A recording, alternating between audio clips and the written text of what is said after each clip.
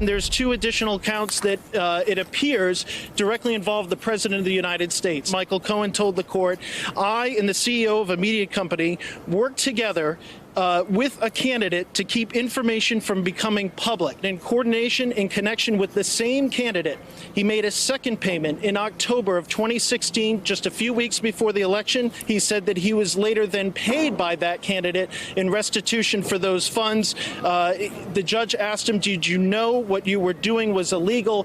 He stood up and he said, yes. That was one of the most remarkable days on our air in the time that we've been on. That was Tom Winter in the beginning of what might be Donald Trump's worst week ever as president, legally speaking. That was Tom Winter. He joins us at the table now. Thank you for being there in that moment. Sure. Thank you for that moment happening at 4 o'clock. I guess I should thank the heavens above and the SDNY.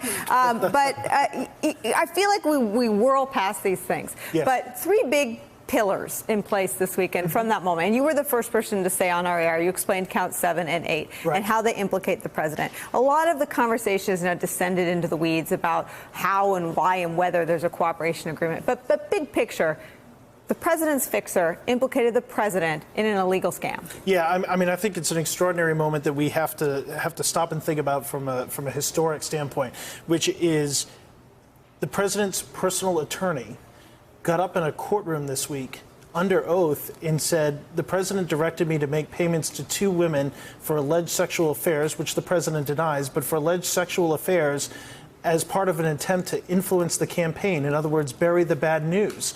I mean, I could think back in presidential history, we've never had anything quite like this. So I think when you look at it, you look at what happened with Bill Clinton, that's a different type of scandal. But this is another major kind of earthquake moment in our nation's history. So yeah, we immediately go to what the president said about people flipping witnesses, then we turn into Michael Pecker had immunity, and then we turn into Alan Weisselberg had immunity.